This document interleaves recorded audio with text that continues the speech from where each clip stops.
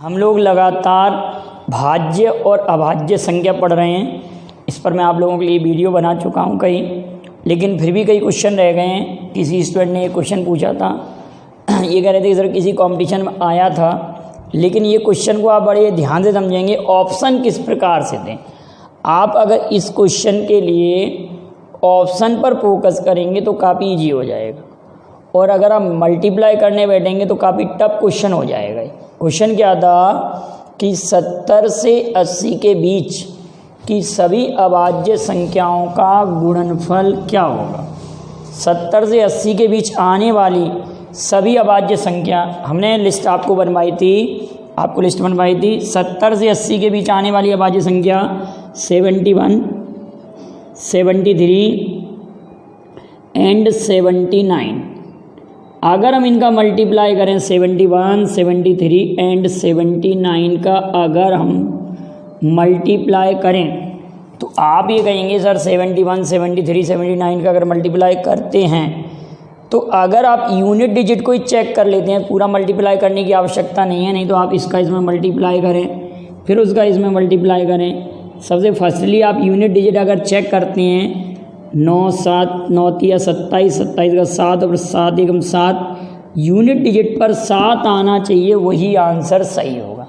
तो यहाँ per unit digit पर 3 है तो ये हो नहीं सकता, यहाँ पर 1 है और यहाँ पर 5 है, तो यूनिट डिजिट पर 7 जिस क्वेश्चन के आंसर में वही आंसर सही होगा। तो आपका 409457 इज़ द करेक्ट आंसर, ये हमारा सही आंसर है।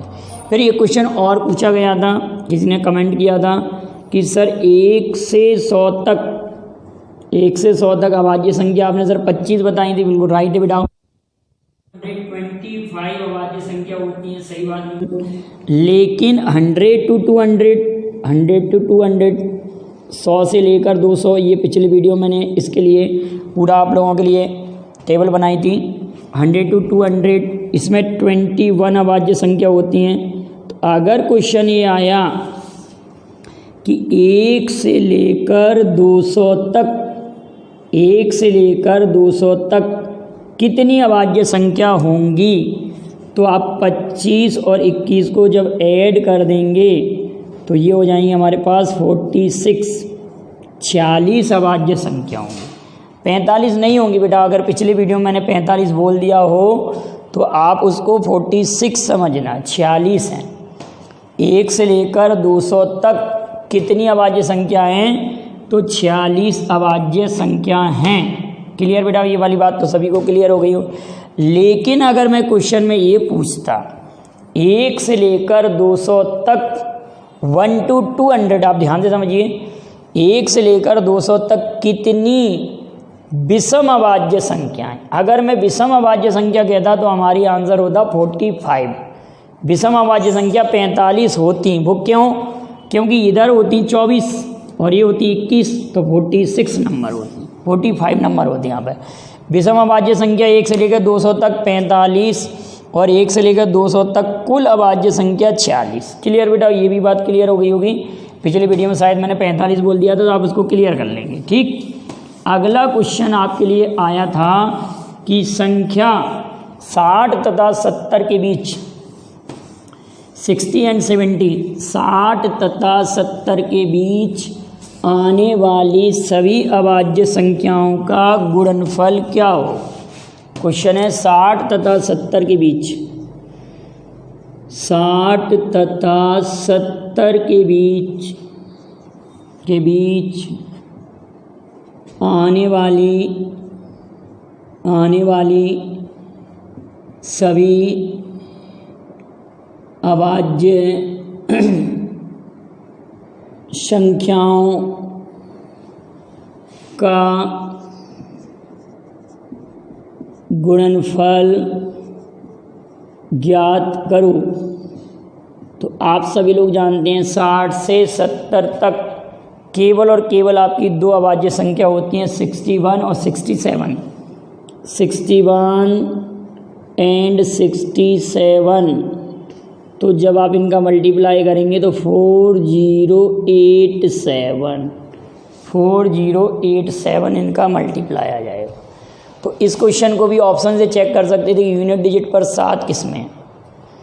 क्लियर है बेटा, यूनिट डिजिट पर 7 किस्में हैं। अगर ये क्वेश्चन किसी ने कहा कि सर ऐसे ऑप्शन आया था 3087, अगला ऑप्शन था 4087, अगला ऑप्शन था 3587,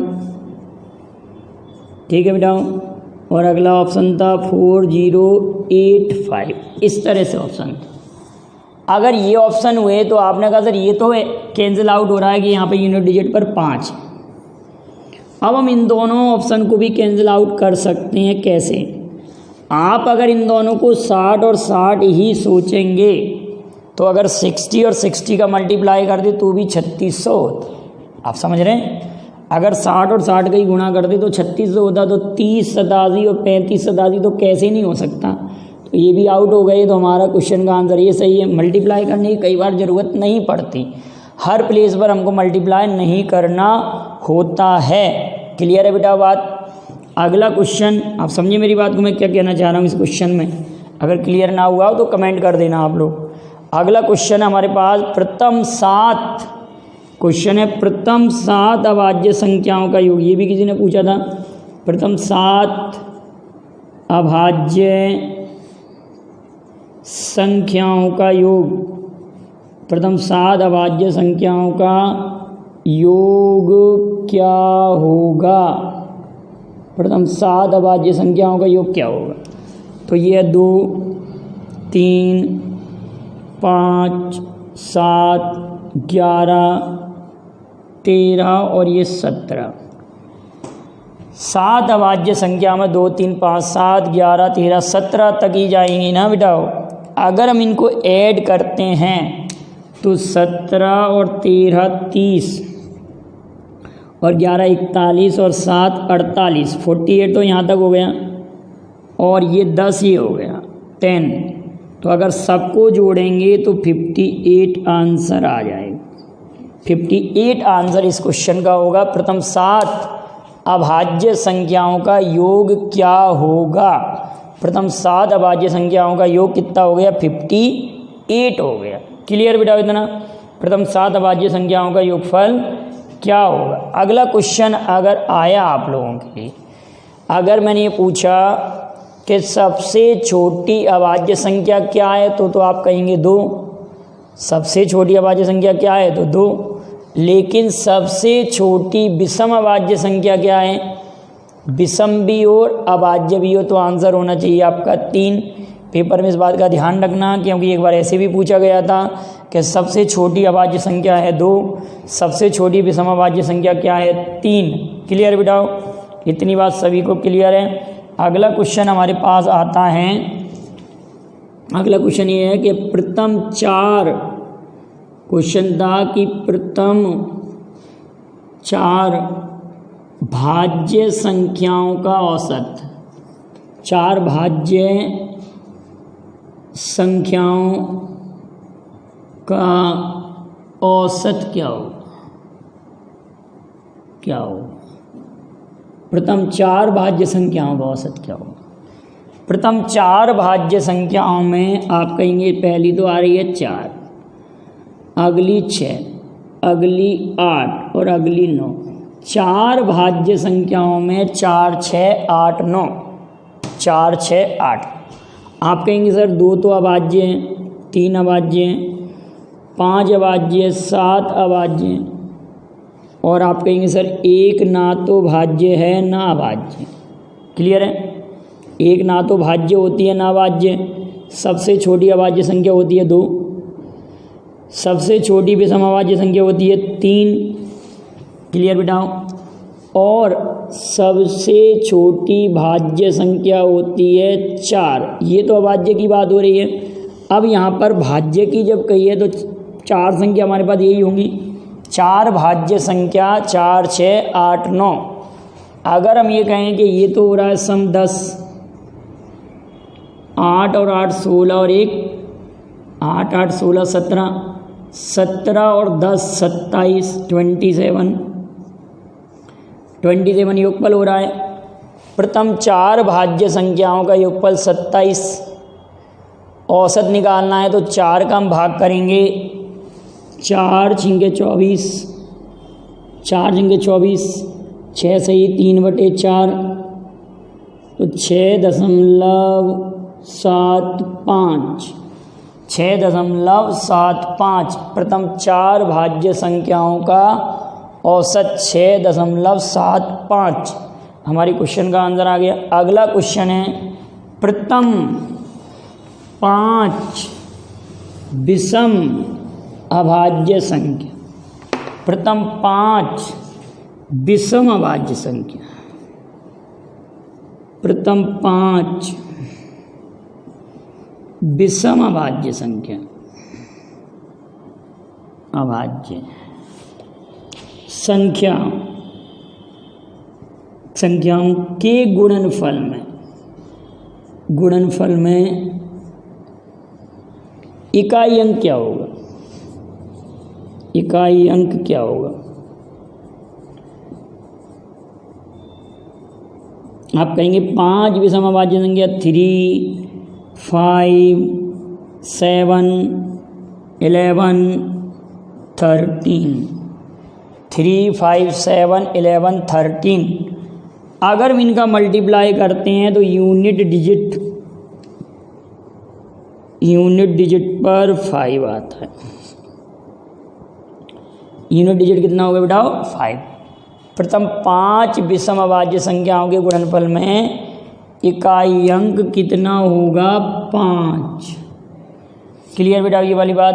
अगला क्वेश्चन हमारे पास बन रहा है परिशुद्ध संख्या का। थोड़ा सा चर्चा हम 4-5 मिनट परिशुद्ध संख्या की ओर करते हैं। परिशुद्ध संख्या या परफेक्ट नंबर, परिशुद्ध संख्या या परफेक्ट नंबर क्या होता है? आप कहेंगे सर परिशुद्ध संख्या वह संख्या होती है जिसके केवल और केवल समस्त भाजकों का योगफल, ऐसी संख्या जिसके समस्त भाजकों का योगफल उस संख्या के दुगने के बराबर हो। परिशुद्ध संख्या की क्या परिभाषा है? परिशुद्ध संख्या या परफेक्ट नंबर, परफेक्ट स्क्वायर की बात नहीं हो रही बेटा, परफेक्ट नंबर की बात हो रही। आप इसको बड़े ध्यान से समझेंगे। परिशुद्ध संख्या क्या होती है? परिशुद्ध संख्या वह संख्या होती है जिसके समस्त भाजकों का योगफल उस संख्या के दुगने के बराबर हो। जैसे n कोई अगर परिशुद्ध संख्या है तो इसके टोटल फैक्टर्स का सम 2n के बराबर होगा। फॉर एग्जाम्पल अगर हमने ये 6 लिया तो 6 के जितने भी फैक्टर हैं 1, 2, 3 और 6 के समस्त भाजकों का योगफल 6 दूनी 12, मतलब ये 12 के बराबर आ रहा है। 1 + 2 + 3 + 6 12। तो सबसे छोटी परिशुद्ध संख्या 6 है। क्या कहेंगे? सबसे छोटी परिशुद्ध संख्या अगर कहेंगे तो आप क्या कहेंगे? 6 है। Least perfect number is 6। अगर मैं कहूँ कि 1 डिजिट की, एक अंक की सबसे छोटी परिशुद्ध संख्या क्या होगी तो भी आंसर हमारा 6 होगा, क्योंकि एक अंक की एकमात्र परिशुद्ध संख्या होती है वो है 6। 2 अंक की भी केवल एक ही संख्या है 28। 2 अंक की परिशुद्ध संख्या है, 2 अंक की परिशुद्ध संख्या है, परिशुद्ध संख्या हमारे पास है 28। एक बार क्वेश्चन आया था कि प्रथम 2 परिशुद्ध संख्याओं का औसत क्या होगा? प्रथम 2 परिशुद्ध संख्याओं का औसत क्या होगा? परिशुद्ध संख्याओं का एवरेज क्या होगा? प्रथम 2 परिशुद्ध संख्याओं का एवरेज क्या होगा? एवरेज जब हम फाइंड करेंगे 2 परिशुद्ध संख्याओं का तो आप कहेंगे 6 + 28/2, तो ये हो जाएगा 34।